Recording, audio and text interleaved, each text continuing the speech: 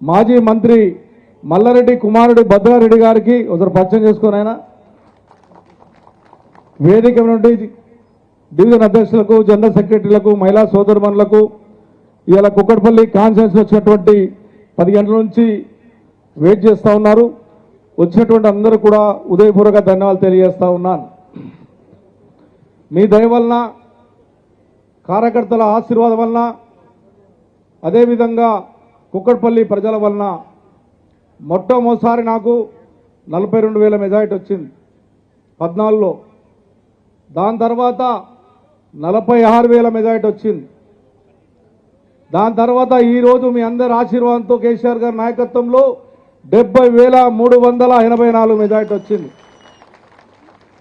ప్రతిపక్షానికి 14లో 65,000 ఓట్లు వచ్చింది నా మీద. 18లో నా మీద నిలబడ్డ వాళ్ళకు అదే 65,000 వచ్చింది.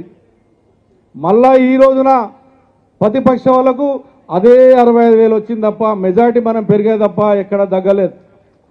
దీనికి దయ ఏంటంటే నాకున్నటువంటి కార్యకర్తల అభిమానం, ప్రేమ. కార్యకర్తలు లేనిది పార్టీ లేదన్నటువంటిది కూడా కుక్కట్పల్లి కార్యకర్తలు చూపెట్టారు. నిజంగా నేను ఈ ఎలక్షన్లో మీకు చాలా మందికి చూశారు.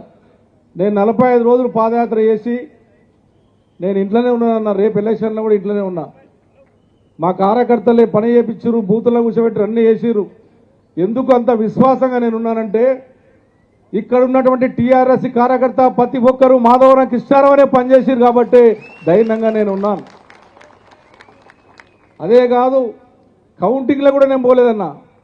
గెలిచిన తర్వాత బయటకు వచ్చి అన్నా నువ్వు 70,000 మేడతో వచ్చినవాడిని అప్పుడు లోపలికి వెళ్ళానన్న ఆ రోజున. అంటే అంత నమ్మకం నా కుక్కట్పల్లి కార్యకర్తలు, మహిళా సోదరుమని చెప్పి తెలియజేస్తా ఉన్నాను.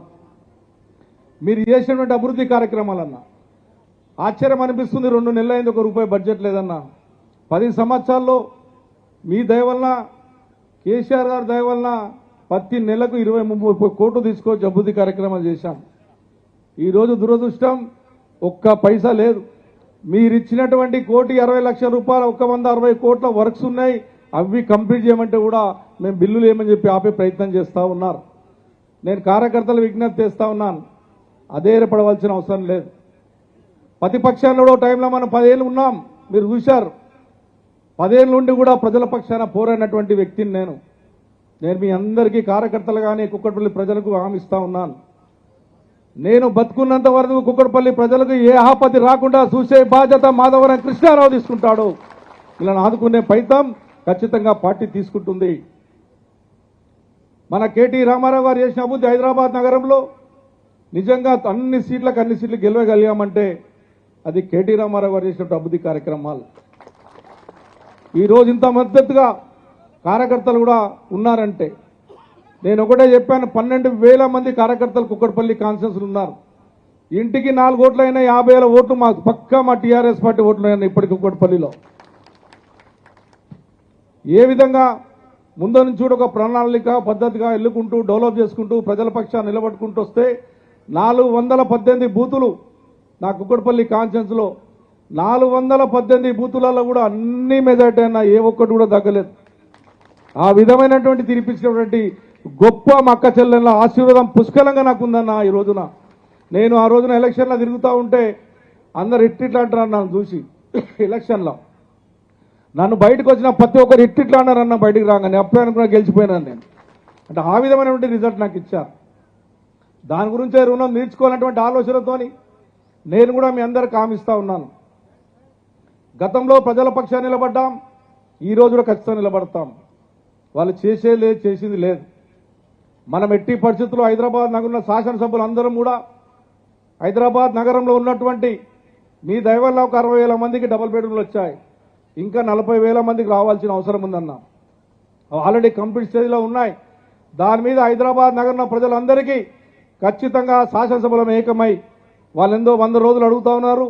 100 కాదు, కుక్కట్పల్లి ప్రజలు నేను ప్రభుత్వానికి విజ్ఞప్తి చేస్తా ఉన్నాను, నీకు 200 రోజులు టైం ఇస్తా. మా ప్రజలకు ఇచ్చినటువంటి హామీలు నెరవేర్చే బాధ్యత తీసుకోవాలి.